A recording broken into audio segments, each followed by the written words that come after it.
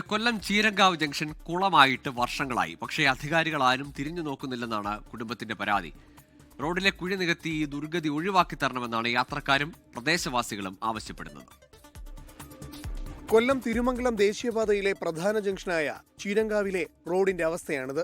Engineering college, സ്കൂളുകൾ, cashew ഫാക്ടറികൾ, ദൂരങ്ങളിൽ നിന്ന് പോലും രോഗികളെത്തുന്ന റഫറൻസ് ESA എന്നിവ സ്ഥിതി ചെയ്യുന്ന സ്ഥലത്തേക്കെത്താൻ നിരവധി കുഴികൾ താണ്ടേണ്ടി വരും.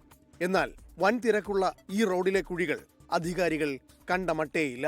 ഏകദേശം 40 വർഷം കഴിഞ്ഞു ഈ റോഡിന്റെ സ്ഥിതി ഇങ്ങനായിട്ട്.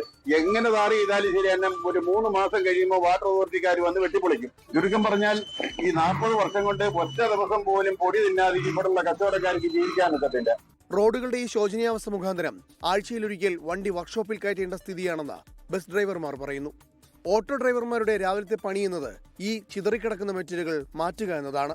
കാരണം ദേശീയപാതയിൽ ഓടിപ്പോകുന്ന വണ്ടികളുടെ ടയർ കയറി ഈ കല്ലുകൾ തെറിച്ചു വീണ് ഓട്ടോയുടെ ചില്ലുകൾ പൊട്ടിയിട്ടുണ്ടെന്നും ബോഡികൾക്ക് കേടുപാടുകൾ വന്നിട്ടുണ്ടെന്നും ഓട്ടോ ഡ്രൈവർമാർ പറയുന്നു. റോഡിലെ കല്ല് തെറിച്ചു വീണ് പലതവണ അപകടം പറ്റിയിട്ടുണ്ടെന്നും പ്രദേശവാസികളും പറയുന്നു. പ്രശ്നത്തിന് ശാശ്വത പരിഹാരം കാണണമെന്നാണ് യാത്രക്കാരുടെ ആവശ്യം. 24 കൊല്ലം.